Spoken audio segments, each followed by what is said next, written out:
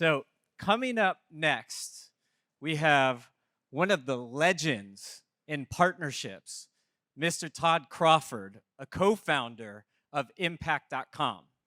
And he's going to be hosting a fireside chat talking about brand-to-brand strategic partnerships.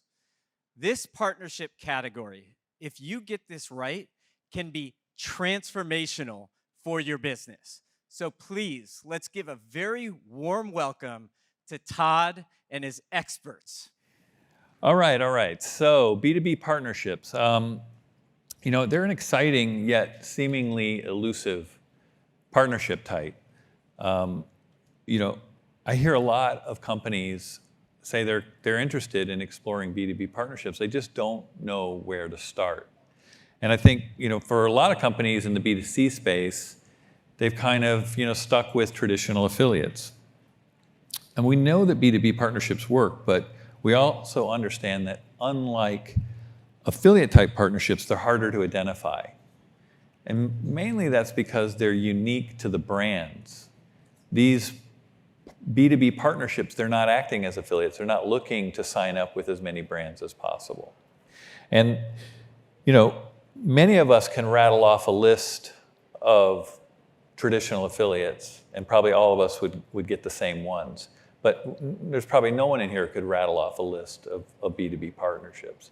And so I think it's really interesting to talk to some companies that have really focused on that to help us all understand how maybe it's possible for us to start figuring out how to work with some B2B partnerships, because there's more. It's always hard work. You've heard people up here, like affiliate is, partnerships. It's just not. It's something you don't put a coin in and get 2 coins out, right? Like Google and Facebook. There's a lot of work that's got to go into it. So to kind of kick this off, I'd like my 2 guests to introduce themselves, and just so that we're all coming from their perspective, they're going to tell us a little bit about their brand and the products that they're selling.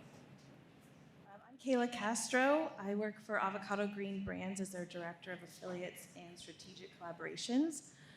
We're a suite of 4 brands that all make organic and sustainably made home goods, apparel, beauty products. The most prominent brand is Avocado Green Mattress, which makes organic mattresses and home goods. And hi everyone, I'm Elisa Charbonnel. I lead our performance partnerships program and channel at Disney Streaming, which is our direct-to-consumer arm of the Walt Disney Company. My team is responsible for driving acquisition for our 3 streaming services globally. So we have Disney Plus, which is our largest and now comprises of about 138 million subscribers globally. We have ESPN Plus, which is a sports streaming service in the US, and then Star Plus, a general entertainment streaming service in Latin America. Awesome. So let's kind of, start at the beginning. How did B2B partnerships even become part of your partnership strategy? So is it something that you started out from day one? Did it kind of get introduced along the line? How did it even begin? For us at Avocado, we're about 6 years old, and B2B partnerships has kind of been foundational to our company. We are members of 1% for the Planet, and so we partner with charity partners anywhere from 4 to 10 a year, and really dig into their core missions and help support them in any way we can as a brand. So that's sort of how we got into it, and then from there we developed an affiliate program. And then in the last few years, we've been looking at brand-to-brand partnerships as a for-profit model. And then I think for us at Disney, it's always been a core part of our strategy. With Disney being such a global company and Disney Plus now available in, I think, 105 markets as of today. We just launched another couple in Eastern Europe and parts of the Middle East. We have a very global affiliate marketing program, and so it's really important for us that we work with different types of partnerships in all these different markets, and understanding that the affiliate industry doesn't have the same level of maturity and development in all these markets and regions. And so for us, and a lot of our more established and more mature markets, such as the US, where we've been live with Disney Plus for over 3 years, And we've had our affiliate channel basically since launching Disney Plus from day one.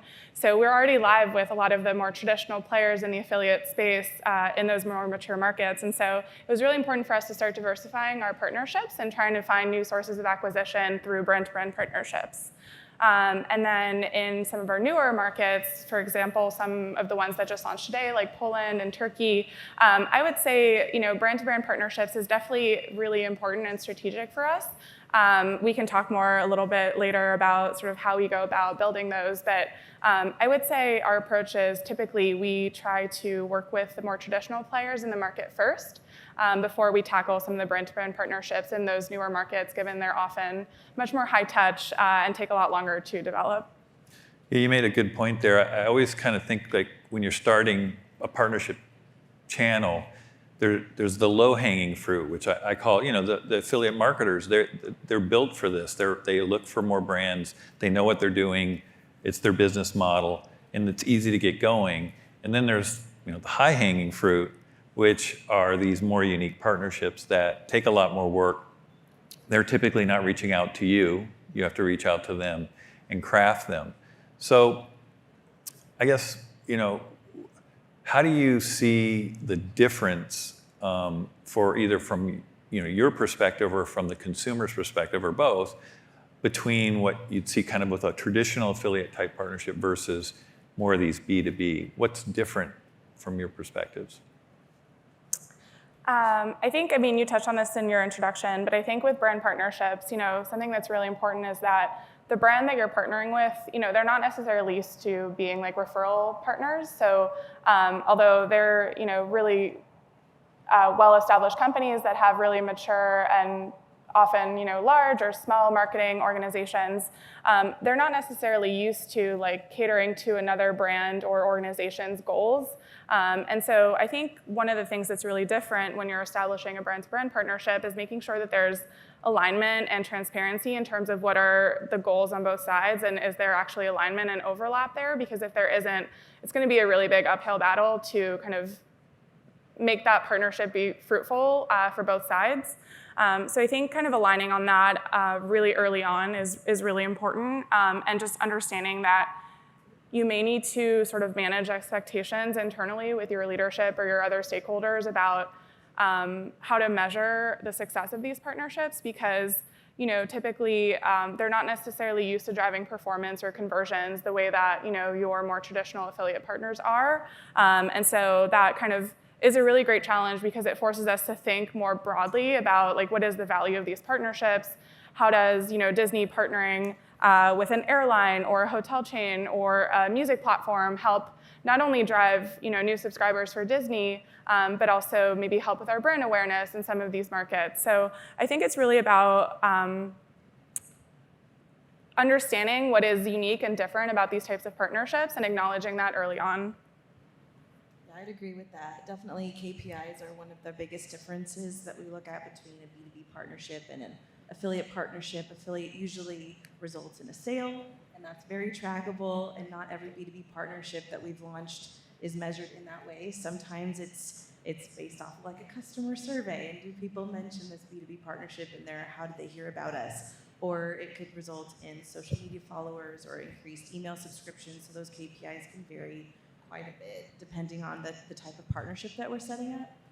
And then also, like you touched on, there's definitely no one-size-fits-all. There's lots of mattress brands even here today that, the B2B partnerships that we would look at are completely different because our customers are completely different at the end of the day, and they're valuing very different things with avocado than they would a different mattress brand. Whereas if we're all looking at affiliate partners, we can easily pull a list of the top 10 or 20 referring mattress review sites, and they're all pretty much the same across the board for our industry.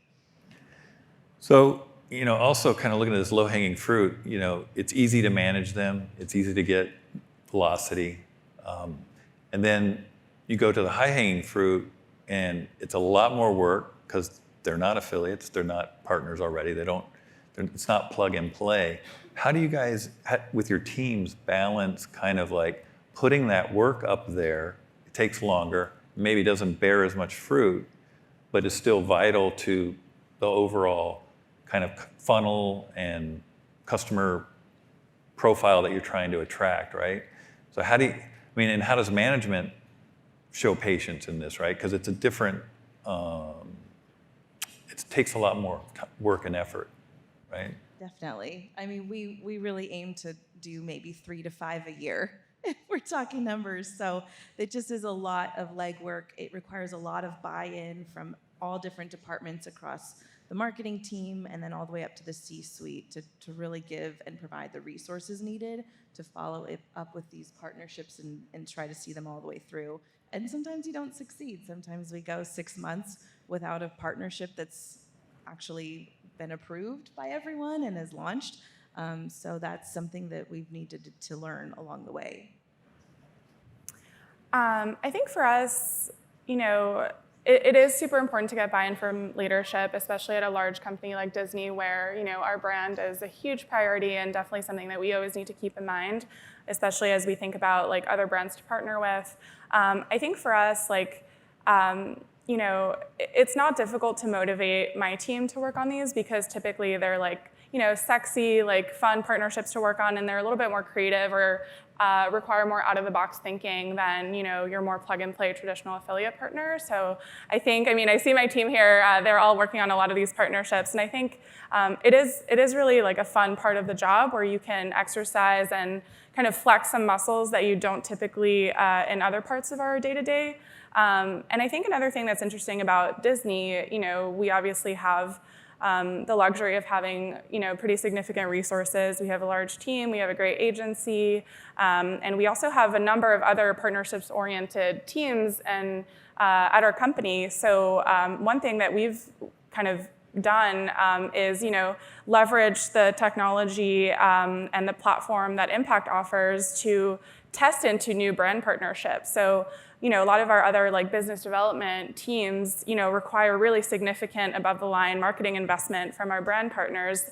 But although that is definitely something that we would pursue with many brands, sometimes it's valuable to do something a little bit more low touch through the affiliate program that my team runs, so we can kind of test into it and see, is there traction? Like, are we able to drive conversion? Like, is this helping and is this working on both sides before delving into like a multi-million or billion-dollar partnership over several years?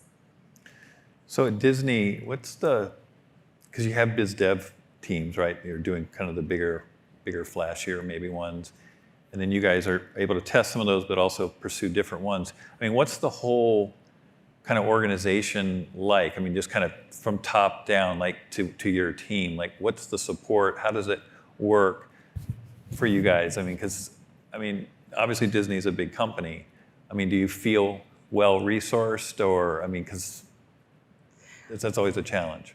Yeah, yes and no. I think, obviously, like I said, we're live in 105 markets, and so it's a lot, right? It's a lot of countries, it's a lot of languages. We need to be working with partners in languages that we don't speak, right? So we need to kind of have a pretty large team to help us like manage the day-to-day of our program, and also we have a great team at our agency that helps us with a lot of that. I think in terms of how our team is structured, we are essentially part of our growth marketing team, so we ladder up into our SVP of growth marketing.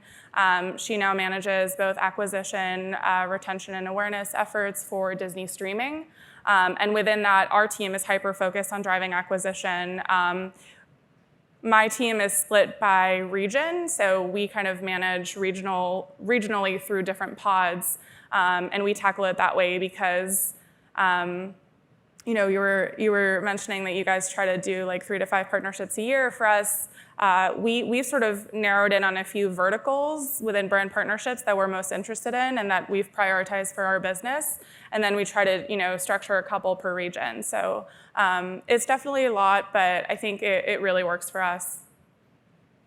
Kayla, so for these handful of partnerships a year, what's the process to even identify them? That's a good committee question. Yeah, it's just me to start out with. I do a lot of research. We really, like at Avocado, we have drunk the avocado juice. We like to say it's a lifestyle. So we fully dive into like this organic and certified and no greenwashing kind of mentality. So when we're looking at B2B partnerships, we look at companies that have also done the same sort of thing. We check to see, are they actually certified and in what they say they are, or are they using terms like natural when they're not actually like natural products? It's more of a marketing term. So we spend a great deal of time researching before we even reach out to the brand to see if they'd be interested in partnering with us. And that usually helps. It's a much warmer lead, doing the research and seeing, are they open to a brand? And if they're really aligned, then they typically do say, yeah, let's talk, let's see what's going on, and that definitely helps. Is there a partnership that you want to illustrate as a real life example? Sure, yeah. So one of our partners that has loved us for a few years now is Branch Basics, and they're like a natural cleaning company that they make cleaning solutions. And most of our partnership with them has been on social media. But I mean, it goes all the way up to their founder. She loves avocado, and we love them, and so we talk back and forth and promote each other's brands. And it's been a really fruitful partnership. Not all of them get approved and just click as easily as that one, but that one's been a really productive one. Do you have a partnership you want to illustrate? Sure, yeah. Understand? I mean, we have a few that have been really fun to work on, but I think for us, we've actually seen a lot of success in partnering with airlines. So as you can imagine, working in the entertainment business, it is kind of a natural fit, especially during COVID. We sort of approached a lot of our content through enabling people to travel from their couches through Disney, through Pixar, through all the different shows and movies that we release on our platforms. And so I think even when the travel industry was a little bit paused, it was actually a really great opportunity for us to kind of capitalize on that. So for example, Qantas, they're the largest airline in Australia. They've been a really, really successful partner for us during Disney Plus Day, which was the 2-year celebration of our initial launch of Disney Plus.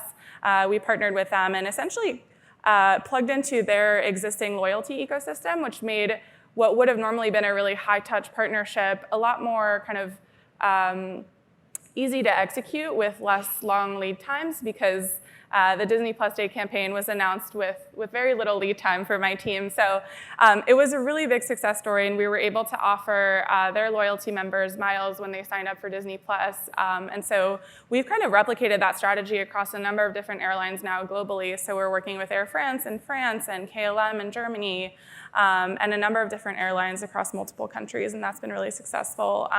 Our business development team that you were referencing is also going a little bit deeper with Delta in the US and working on different, more multifaceted, deeper integrations that would potentially entail watching Disney Plus content on Delta flights and things like that.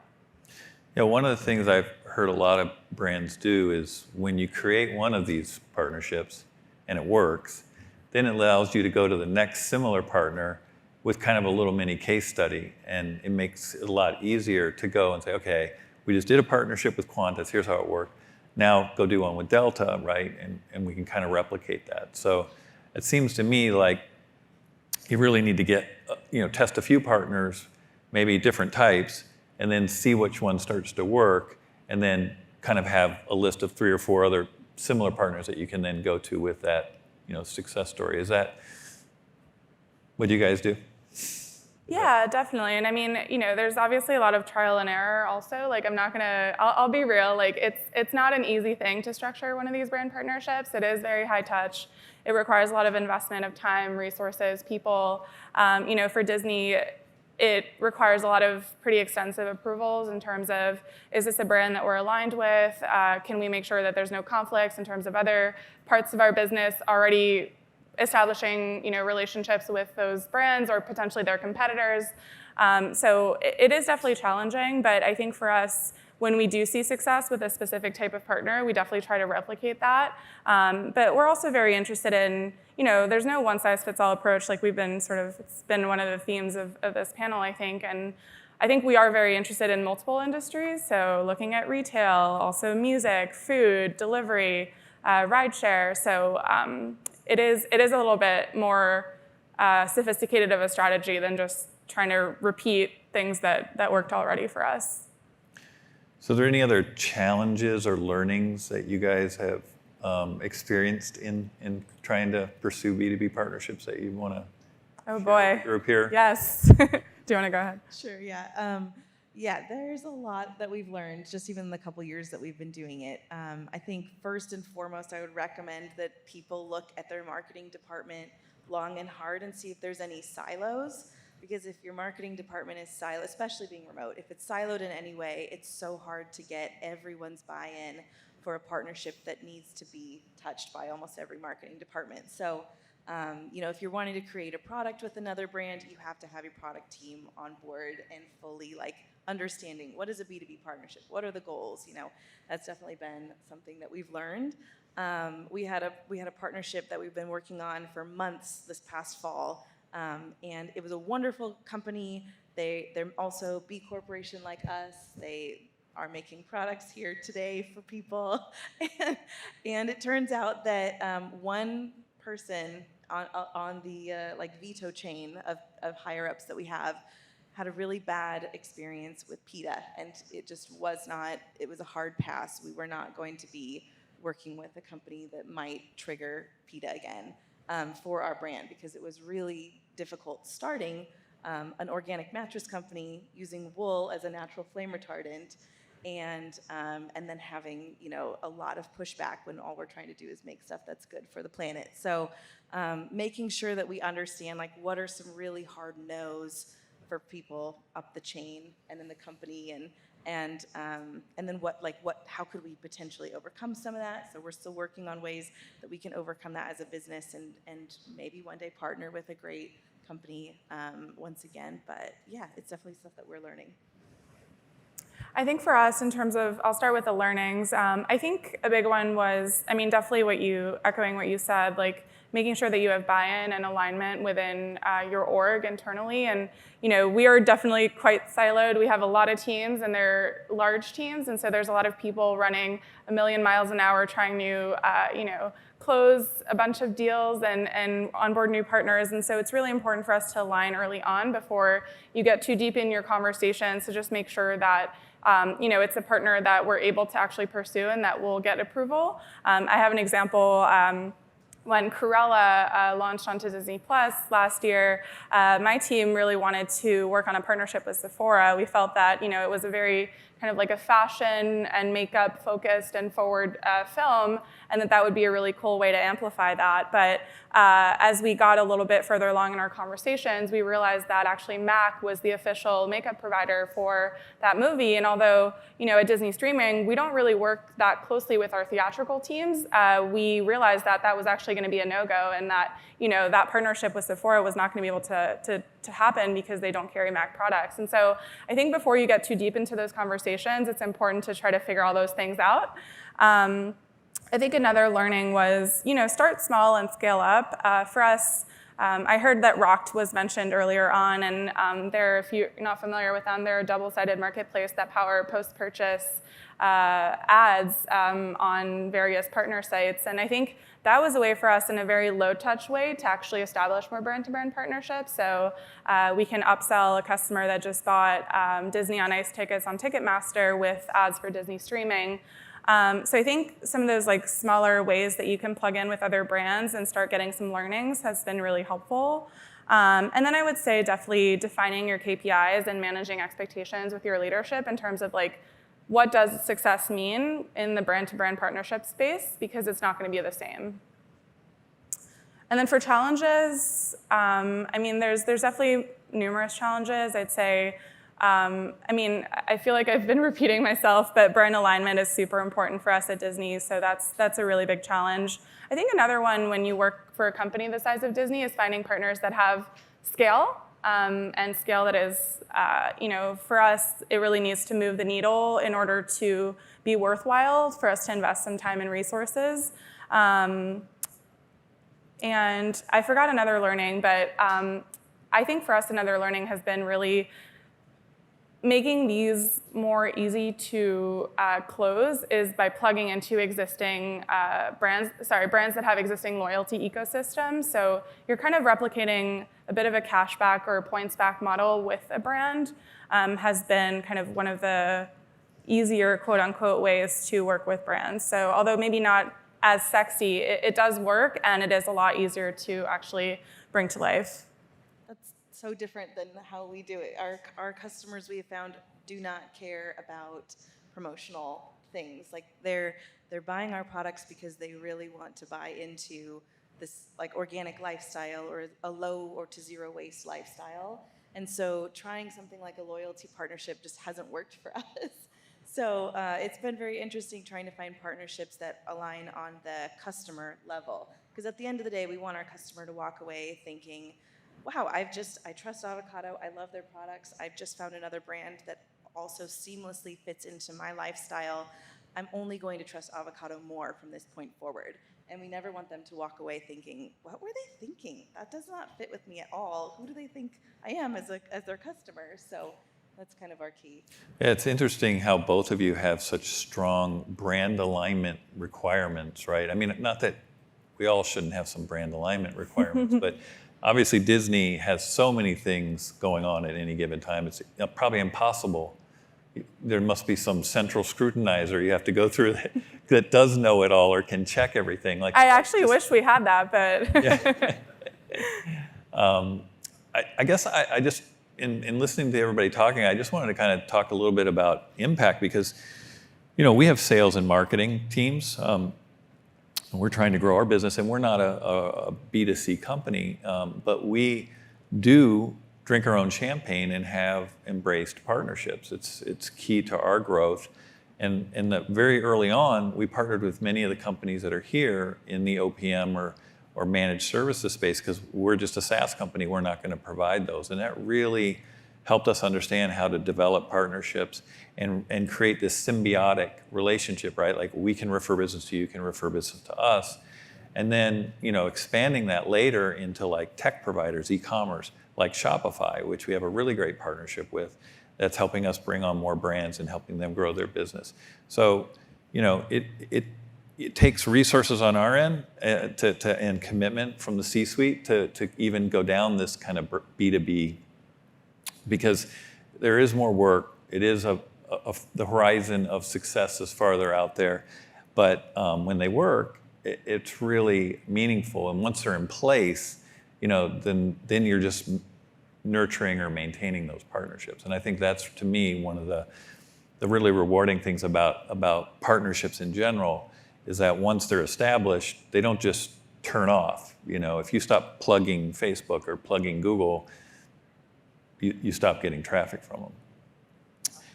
So is there anything else when you guys think about the channel that maybe people here, you'd want to send some, sorry, they held the sign up. I got to know how much time. We have 5 more minutes.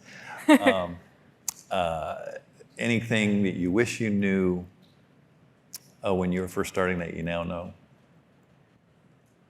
For me, I would definitely say test always. Don't be afraid to reach out to a brand. Even if they tell you no, at least you've walked away learning something, hopefully. And it could result in a surprising partnership. It ultimately, like you were saying, this is supposed to be like a really fun, really creative opportunity for your brand to try something that wouldn't normally be a part of your day-to-day business. And so just take that opportunity to test it. And what's the worst that can happen? The other brand will say no, or it falls through, but you will have learned something, and you can reapply that when you try again the next time. Yeah, I could not agree more. I think test and learn is really an important part of this, especially because it is a little bit more untested, and there's no one-size-fits-all approach, so you can't really look at other brands or other companies that you've worked at and see what they've done and try to replicate it. I remember in my past life, I used to work at Walmart on the affiliate program, and I was always like, why are our top Walmart partners not our top Disney partners?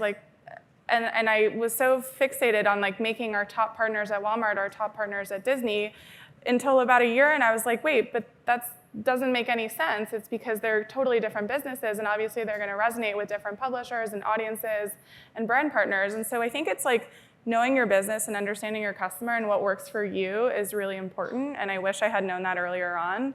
And I think just being open to any and all possibilities within the realm of what's realistic for your brand is also really important. And just being open to failure. I think even if a partnership is not quote unquote a success, like you still learn a lot from those. And I think one of the examples that comes to mind is when we first launched Disney Plus, we had this assumption that if we partnered with Boingo, they power the Wi-Fi in most airports, not just in the country, but globally, internationally, that was going to be a really successful partnership because here we are, Disney Plus is sponsoring free Wi-Fi for you in airports. You can download all your content, sign up for Disney Plus, and then watch it on the plane. And it drove like no conversions, but it was still like a huge learning experience. And although we had that assumption that this might work, we were proven wrong, but that was completely okay because we kind of evolved that and tested something different. And so I think just being really open to the trial and error is really important when it comes to kind of establishing brand partnerships as a category for your business.